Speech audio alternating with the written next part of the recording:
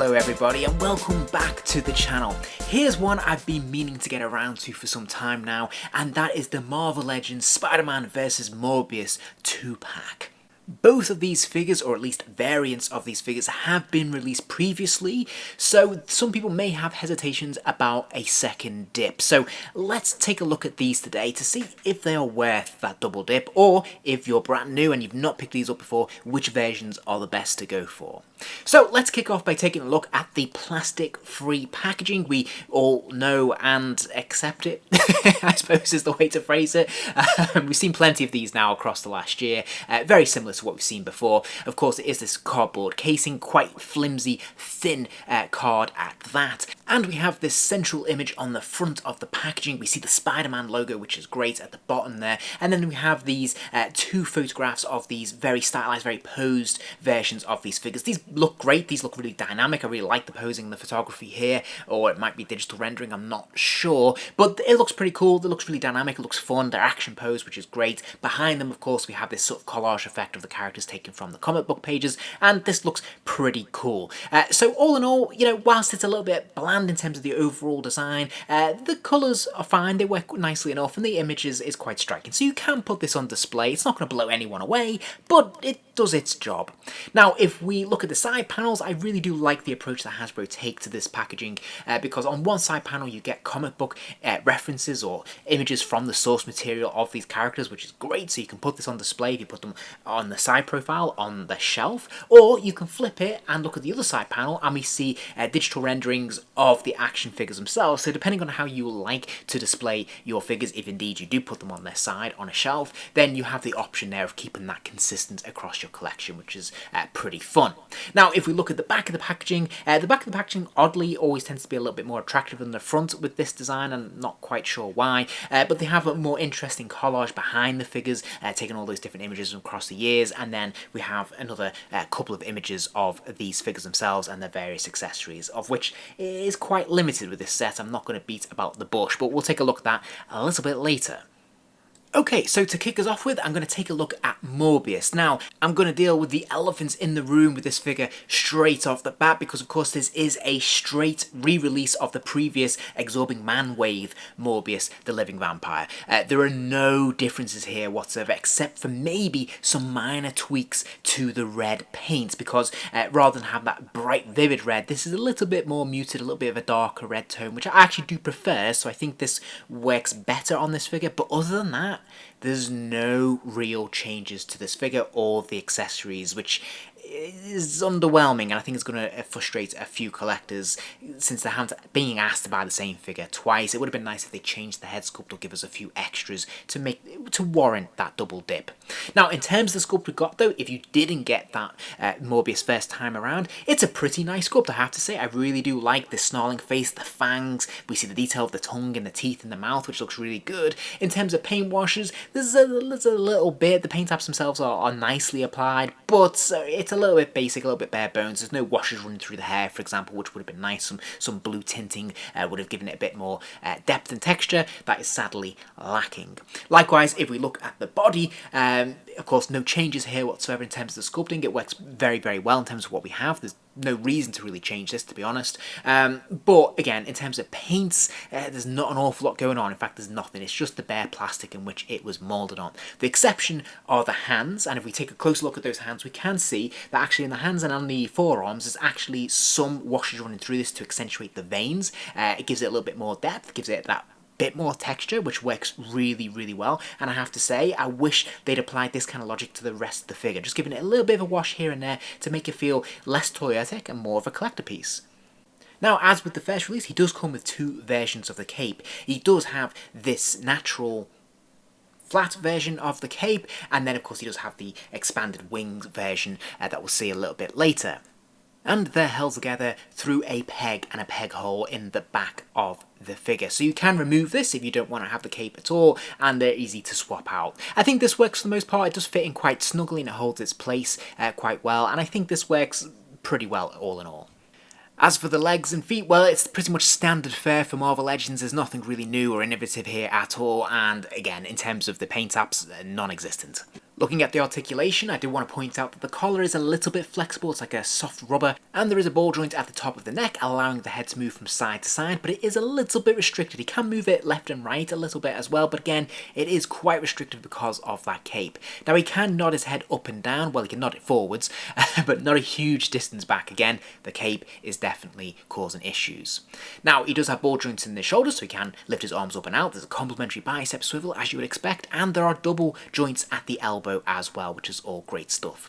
Now there is another pin swivel at the wrists, so of course the hand rotates all the way around and hinge forwards and backwards. There's a straight swivel at the waist, allowing the figure to move side to side, and there is an ab crunch in the centre of the figure's chest, allowing the figure to arc forwards and backwards, a pretty healthy distance to be fair.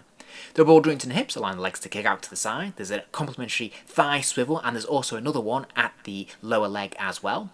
So the legs will kick forwards, they'll kick backwards a little bit. There's a double joint at the knee, so the lower leg can kick all the way back there. And then finally we have an ankle pivot, so that foot can hinge side to side, but also hinge forwards and backwards as well.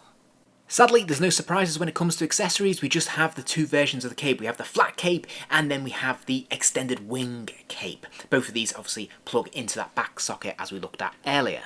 And that extended cape is pretty dramatic, it's quite cool, but it is a little bit of an odd one because it's not actually connected to the arms in any way, so really for it to have dramatic effect you have to have the arms lifted up to make it look like it's connected to his arms, because if you put the arms down, that cape will still flare up and it will look a bit silly and a bit weird, so you kind of are limited with it.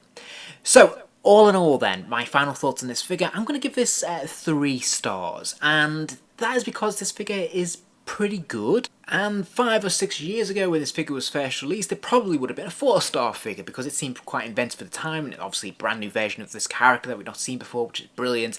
And overall, it's not a bad figure. You know, the head sculpt, the hands, the limited paint apps that we do have on those hands, and the capes are pretty cool and inventive. It definitely loses a star here because it's being released as part of a deluxe set where you're paying, you know, a premium for these figures. And to be honest, there's no improvement, no innovation, there's nothing extra being given, and we really should have had an extra head here at the very least, maybe alternate hands, so closed fist hands, and to be honest I think the major obvious innovation is around the cape. Perhaps they could have given him a cloth cape this time around, similar to what we've seen with Banshee or Siren recently. They could have done something like that just to, you know, make this more connected to his actual arms and make this look a little bit better. Some kind of innovation to make it worth the double dip. As it is, if you already own this figure, you don't need to pick this version up.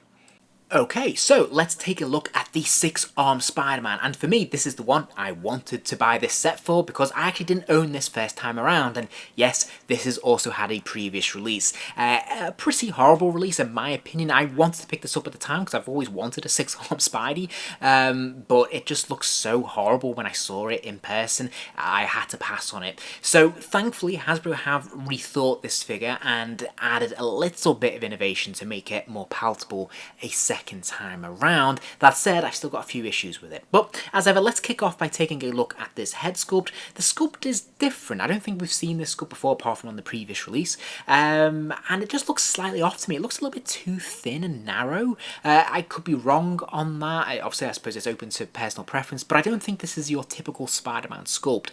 And yeah, it looks a little bit odd at first, I've got to be honest. It's fine, it's perfectly serviceable. I do like the big wide eyes. Yeah, it's definitely got a Todd McFarlane vibe to it, but I don't know if it's strictly appropriate for this version of the character, which of course is very much based on the 70s run. So that's interesting. It's not a bad sculpt. I think where I have issues with this figure, not just in the head but actually the wider body, so let's take a look at that, is the actual lack of paint apps once again. So the spider web is actually sculpted in, which is quite nice, you know, that spider web effect on his on the red parts of the body, which is great, but because it's not painted in with black lines, there's no paint apps or washes running over it, it looks really plastic, like it looks unfinished and it looks a bit cheap as a result, and it just needed a little bit of a wash. And this is something they've replicated from the first release, so I'm really surprised that they haven't fixed this because it's such an easy fix surely, and it would make such a big difference in my opinion to the overall presentation and the desirability to buy this figure. So what's so different about this version of the figure that warrants picking it up a second time? Well, this time they have added some extra articulation in the top of the chest there. Now, this does kind of hurt the figure in a way, in the sense that we do have this rather unseemly, very obvious line in the centre of the chest sort of area, which doesn't look great, I'll be honest. In terms of presentation, it does look a little bit sloppy and a bit strange. That said, I way prefer it to the original, which looked far too elongated and weird to accommodate the extra arms. So I think this is the better version, no doubt about it, but you can't escape the fact that in terms of presentation, it still looks quite weird. Once again, if we look at the legs, we see that same issue there with the lack of paint apps. The legs are sculpted in terms of the spiderweb design, which is fantastic. Just a real shame that it hasn't been capitalised on with a nice paint wash over this. Okay, so articulation is quite interesting, this figure. There is a ball joint at the top of the neck there, as you can see, and so the head has no problems spinning all the way around and leaning left and right a little bit as well. Now, it will also bend forwards and backwards. The joint on mine is very, very stiff. I can see that that joint is there, that hinge, to allow it to bend a lot farther forwards and backwards, but mine is giving me such a lot of resistance that I'm not going to push it. Now, there are ball joints in each of the arms. Of course, there are 3 on each side, and thankfully these all work really, really well. So this is well thought out. Each one can lift up and out, which is fantastic. And of course, there is a complementary bicep swivel for each arm as well. And on top of that, each arm has a double joint at the elbow as well, so each one can lift that lower forearm all the way back to the chest, to the head area, which is fantastic. Now, at the end of each arm, there is also a pin swivel for the hand or the fist that will allow it to rotate all the way around, and again, each one has its own hinge there as well. And you may be wondering how these 3 ball sockets work with each other. Surprisingly well. They're evenly spaced so that actually you can move them up and down without them bashing into each other too much, which is great. Now, I did mention that extra articulation in the top of the chest, which does allow the figure to move all the way from side to side, lean left and right, and kind of bend forwards and backwards a little bit as well, which is much improved from the previous release. Now, there's ball joints in the hips, so the legs will kick out to the side. There's a complementary thigh swivel, and there's another swivel at the top of the spider leg there as well. And the leg will kick forwards, backwards, and there's a double joint at the knee. Finally, there is an ankle pivot, so that foot will hinge forwards and backwards, but it will also pivot from side to side. In terms of accessories, I can't put too much emphasis on this. It's very, very disappointing. He just comes with an additional spider, thwipping hand, or a closed fist for his spider web hands, and that's it. And don't get me wrong, it's really cool that we have the option to have 2 thwipping hands or 2 closed fists. I think that works really well, and you know, it does help create a couple of different looks for this figure. But it's incredibly disappointing considering they've already released this figure, and it would have been a nice incentive if they had added some extras here. And I think they certainly could have afforded to add some crawling hands, the flesh crawling hands for the other arms at the very least. That's not to mention things like perhaps giving a Peter Parker head here that looks slightly horrified at what's going on, or something different, something extra, just to really, you know, flesh this out a little bit more, because this is very bare bones and it's not much more than what we got first time round. And it's a bit cheeky considering we're not getting an awful lot out of Morbius either. In fact, nothing new from Morbius. So this feels a bit cheeky to me. So overall, I'm going to give it 3 stars again. This is definitely the highlight of the pack. This is the better figure of the 2. This is the one that actually has some innovation, has something new to offer. But the whole purpose of selling this set, the whole selling point of this set, is the addition of that ab crunch on the Spider-Man, and I'm just not sure if that really warrants the price point. Now, let me say this, if you haven't picked up either of these figures before, then this is definitely worth picking up. It's definitely worth your time as a collector if you like this era of Spider-Man. I think they're both nice figures. There's nothing particularly wrong with them at all, and I think they're pretty functional. And this is the version of each figure to have, I think.